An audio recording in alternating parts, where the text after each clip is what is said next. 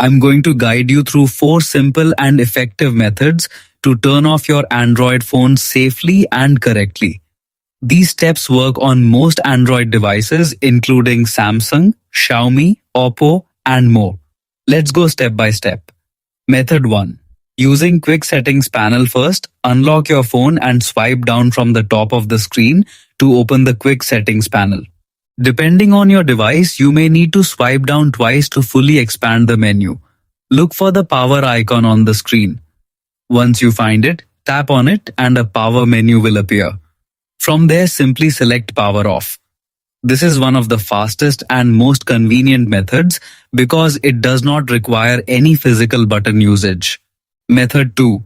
Using physical buttons. This is the most commonly used method.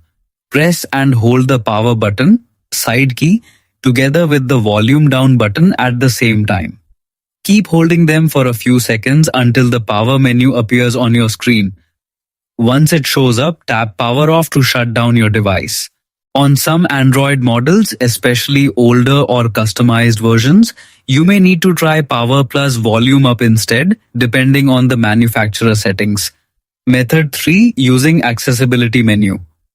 Go to Settings, then scroll down and tap Accessibility.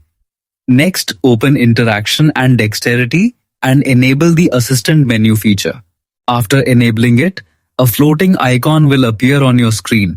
Tap on that icon, open the menu options and select Power Off menu. This method is especially useful if your physical buttons are not working properly. Method 4.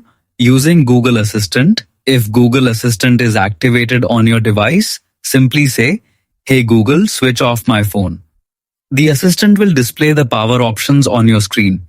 From there, tap Power Off to shut down your device quickly and hands-free. Finally, to turn your phone back on, press and hold the power button until the device logo appears. That's it for today's video. Thanks for watching. See you in the next tutorial.